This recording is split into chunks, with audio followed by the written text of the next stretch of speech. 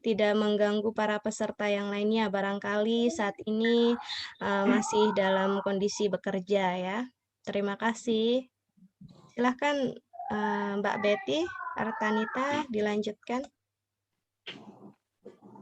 Terima kasih Mbak Ina. Terima kasih kepada Bapak Pemateri Prodi Kewirausahaan pada malam hari ini.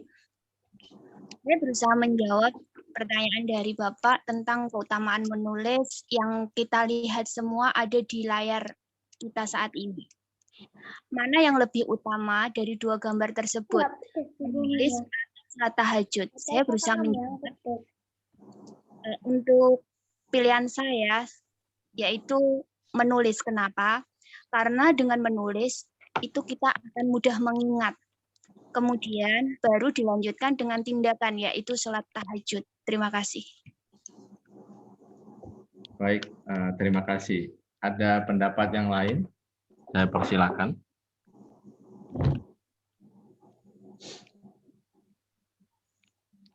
Silakan rekan-rekan yang lainnya dikeluarkan pendapatnya ya. Kita di sini sama-sama belajar ya, saling sharing pendapatnya.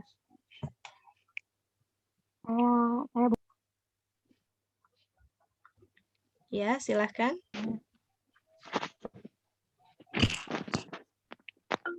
Mohon disebutkan namanya ya. Nama saya Anissa. Ya, Mbak Anissa. Menurut saya jika harus memilih menulis atau sholat tahajud, seperti Imam Syafi'i ya, dia lebih milih menulis daripada sholat tahajud. Hanya saja dilihat maksudnya kayak menulisnya itu butuh durasi yang lama atau memang bisa ditunda gitu. Jadi tidak ada tahajud yang terputus untuk konsisten setiap hari gitu. Ya, sekian begitu saja. Terima kasih. Wassalamualaikum warahmatullahi wabarakatuh. Waalaikumsalam warahmatullahi wabarakatuh. Terima kasih Mbak Anissa atas pendapatnya. Terima kasih atas pendapatnya. Dan memang alhamdulillah luar biasa pendapat-pendapatnya. Jadi memang pendapat yang disampaikan tentunya sudah bisa memahami bagaimana keutamaan menulis ini. Jadi memang para ulama-ulama terdahulu itu dia langkah-langkah lebih baiknya, misalnya dia sebelum mendahului menulis, sholat tahajud terlebih dahulu, atau menulis terlebih dahulu, baru sholat tahajud. Dan dua kegiatan ini memang tidak ditinggalkan, atau memang bobotnya seperti ini. Jadi dampaknya kalau kita menulis, ya, apalagi tulisan itu bisa memberikan dampak yang positif bagi pembacanya, maka dampak itu akan terus memberikan pahala yang mengalir. Nah, kita mengenal beberapa ulama seperti ulama mazhab terdahulu itu juga bobot, artinya meninggalkan kitab-kitab dan tulisan-tulisan yang hingga saat ini masih tetap kita bisa baca. Kalau di Indonesia tentunya kita mengenal ada namanya Buya Hamka dan beberapa ulama-ulama yang memang memiliki tulisan-tulisan yang bisa kita baca dan manfaat ilmunya masih terus kita rasakan. Jadi memang tidak mengecilkan dari dua kegiatan yang ada di gambar yang slide ini. Ya. Memang dua kegiatan ini memang sama-sama utama, tapi bagaimana kita bisa memposisikan bahwa kegiatan menulis itu memberikan dampak yang lebih bagi masyarakat, dampak yang lebih bagi umat. Nah, ini yang tentunya bisa kita pahami, yang bukan berarti membandingkan kesejajarannya, tapi kalau kita bisa memahami bahwa dengan menulis kita itu tetap akan abadi. Dengan menulis, ya, artinya menulislah atau ditulis, kan begitu. Jadi pilihlah dalam hidup ini ada dua. Kalau nggak bisa ditulis, artinya kegiatan kita, profil kita, itu nggak bisa ditulis oleh orang lain, maka menulislah. Dengan menulis, maka akan terus. Tulisan itu akan melekat. Apalagi sekarang di era dunia digital, di dunia maya, beberapa platform juga bisa kita bisa gunakan, kita bisa manfaatkan untuk kegiatan menulis. Nah, memang dalam nantinya pada hari ini tidak langsung kita langsung apa itu menulis, terus bagaimana caranya sampai detail, sampai rigid tidak, tapi kita pemantapan dulu. Kita niatkan dulu, kalau kita menulis mulai dari awal, kita niatkan insya Allah juga akan bisa runtut, bisa bagus. Yang pertama adalah memang kebiasaan untuk menulis terlebih dahulu. Nah, memang tadi yang seperti Pak Bambang sampaikan, kegiatan kita apapun bisa kita tulis, mulai dari awal, sebelum berangkat, dan sebagainya. Saya selaku jurnalis, ini tidak kemana-mana, pada waktu Zoom saja sudah bisa menginspirasi tulisannya. Karena apa? Ada sesuatu yang biasa menurut kita, tapi luar biasa bagi orang lain. Prinsipnya seperti itu. Ada yang biasa bagi kita, tapi luar biasa bagi orang lain. Contohnya apa? Pada saat kita menyanyikan tadi Indonesia Raya, kalau kita berada di luar negeri, itu merupakan suatu hal yang luar biasa. Ya kan? Tapi bagi kita yang ada di dalam negeri, di Indonesia, itu suatu hal yang biasa. Artinya ada ke lagu Indonesia Raya tiap acara, kemudian nanti kalau rutin ada upacara, kita juga nyanyikan, itu hal yang biasa. Tapi bagi yang di tempat yang lain, bagi warga Indonesia di tempat yang lain, itu merupakan suatu hal yang luar biasa. Nah, itu bisa ditulis. Bagaimana perasaannya itu bisa ditulis, bagaimana. Nah, seperti halnya katakanlah misalnya, kalau kita di Indonesia, makan sambal itu hal yang biasa. Tapi kalau kita di luar negeri, kalau sulit bumbu dan sebagainya, makanan misalnya seperti sambal saja itu merupakan suatu hal yang luar biasa, pakai sambal terasi dan sebagainya. Nah, ini paparan awal. Monggo nanti bisa kita menjadikan bahan diskusi yang bisa lebih lanjut.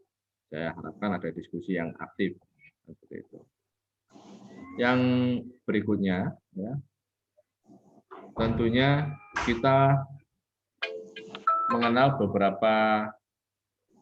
beberapa poster film, ya, yang memang ini tentunya saya yakin kakak-kakak semua, Bapak Ibu pernah melihat posternya atau filmnya.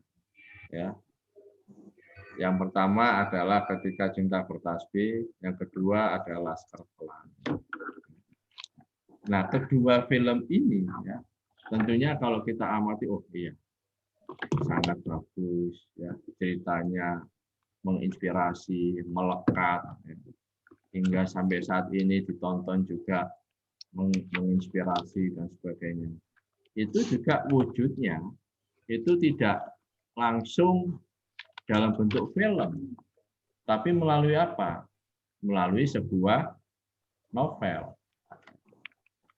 Jadi novel-novel yang dihasilkan oleh para novelis, oleh para penulis, ini menjadi suatu mahakarya film yang hingga saat ini bisa menginspirasi semua orang, bisa memberikan dampak positif bagi semua orang. Kalau disebut dengan Laskar Pelangi, sudah yakin bahwa dengan pendidikan yang fasilitas terbatas, mampu meraih cita-cita.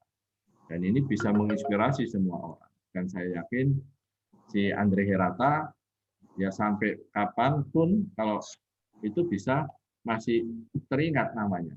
Karya novelnya, kemudian apalagi difilmkan, dan sebagainya. Nah, tentunya kita menginginkan hal itu. Menginginkan apa? Menginginkan menjadi suatu hal yang abadi atau lama dikenang orang. Berkat apa? Berkat karya tulisan. Nah, ini hal-hal yang tentunya bisa menguatkan kita bagaimana menulis itu merupakan hal yang penting. Nanti kita alasan-alasan untuk menulis. Yang berikutnya ya adalah jumlah terbitan buku. Indonesia memiliki jumlah penduduk atau warga negara mencapai lebih dari 250 juta orang penduduk. Ya. Saya ingin tahu yang di Taiwan itu jumlah penduduknya berapa?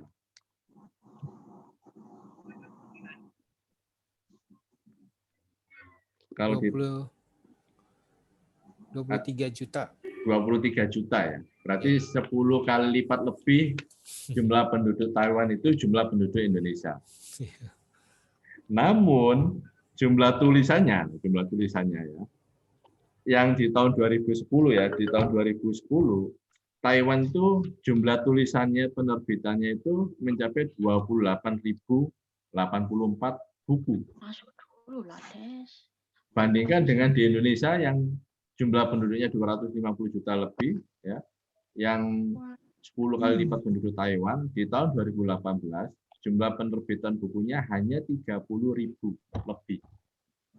Nah, ini menunjukkan jika dibandingkan dengan dibagi jumlah penduduk, maka jumlah penulis kita, jumlah tulisan kita itu masih kecil dibandingkan negara-negara yang lain. Misalnya seperti Argentina, bahkan Vietnam sekalipun, dibandingkan dengan jumlah penduduk. Nah, kalau Taiwan dengan jumlah penduduk kisaran sekitar 23 juta, ya, 23 juta, itu seharusnya itu memiliki produksi buku 28.000. Nah, seharusnya kita 10 kali lipatnya.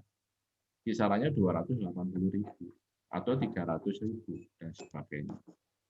Nah, ini perbandingan bahwa judul buku yang diterbitkan di Indonesia ini relatif masih kecil.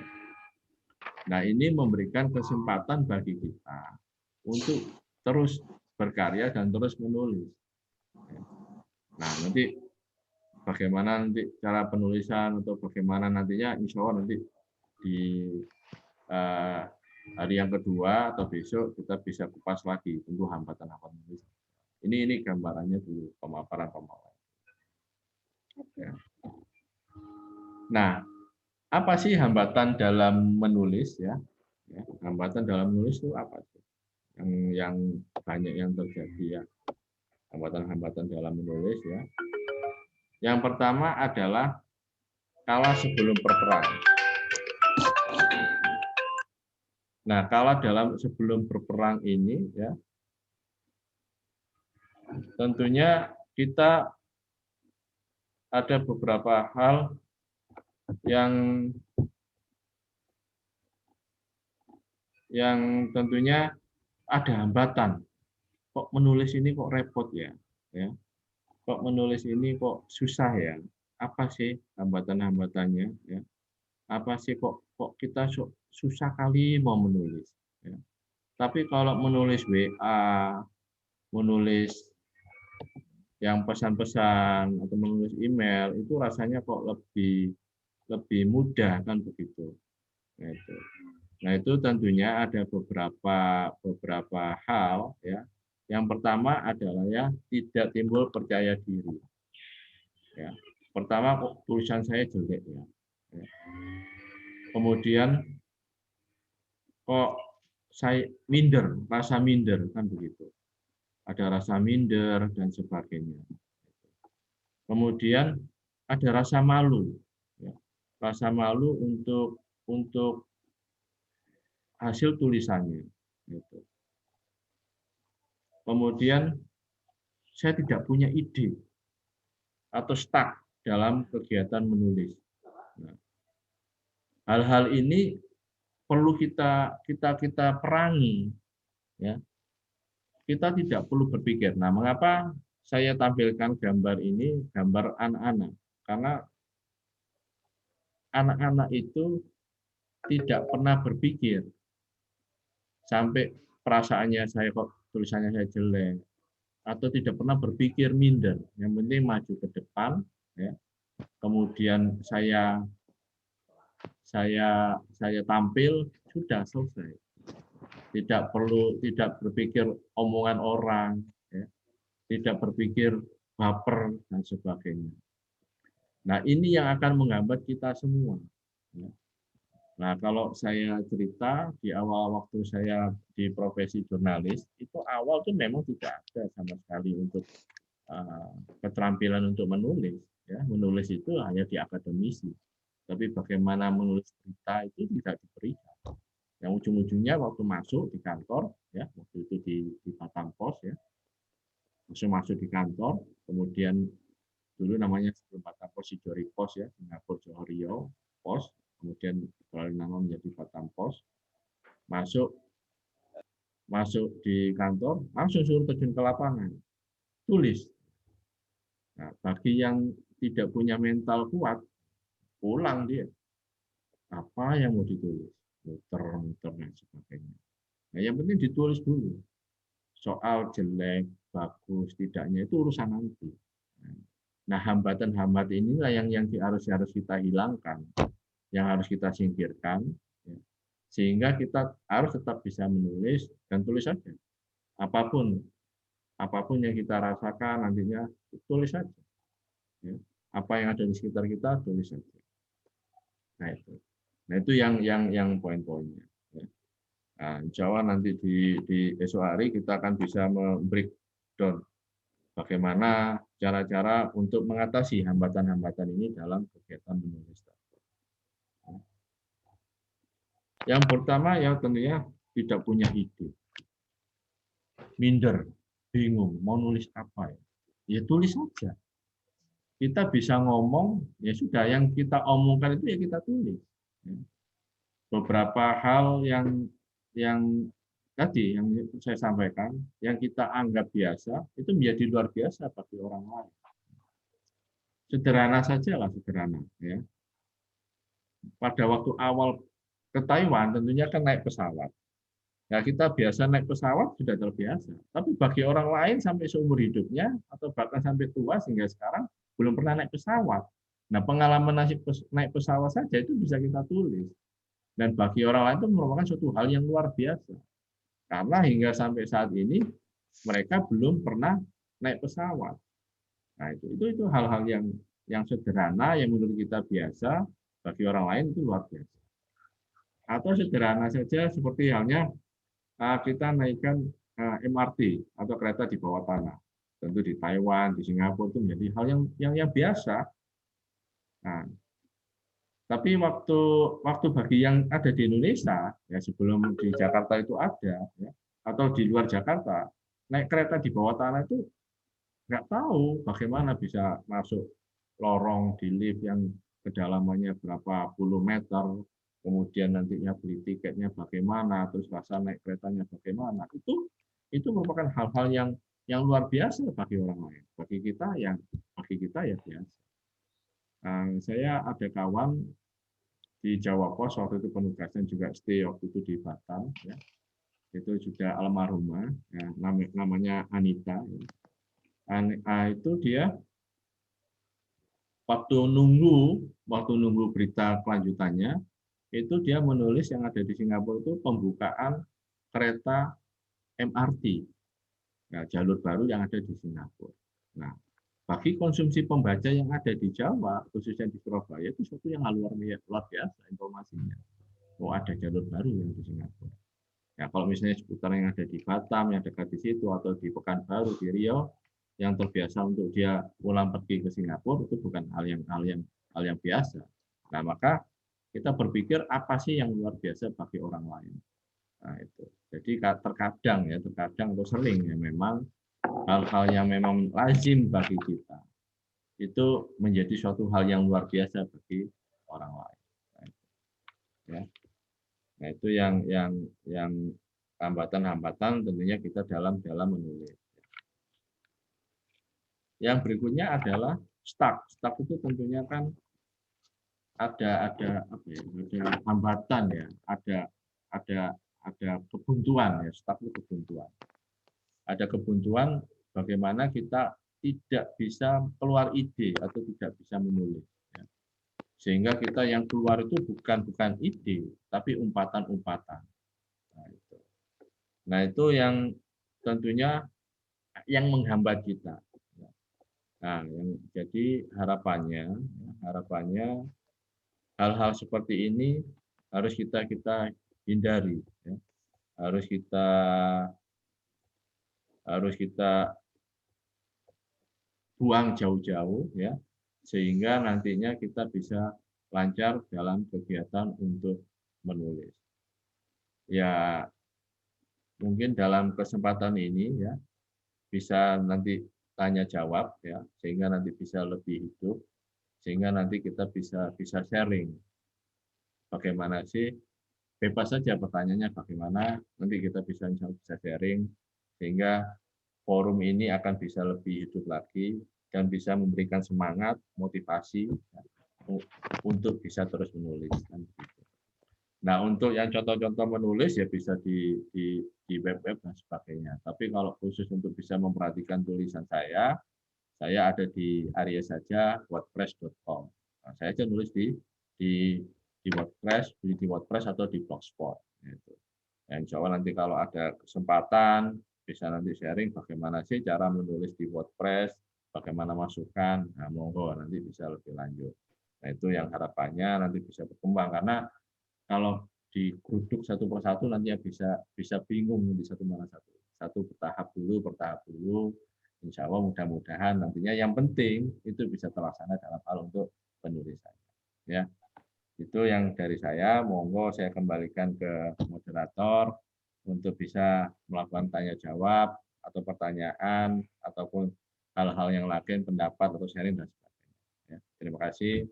Assalamualaikum warahmatullahi wabarakatuh.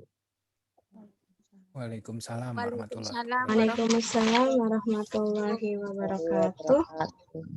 Terima kasih Bapak Aris atas pemaparan materi. Ya, baik. Terima kasih Bapak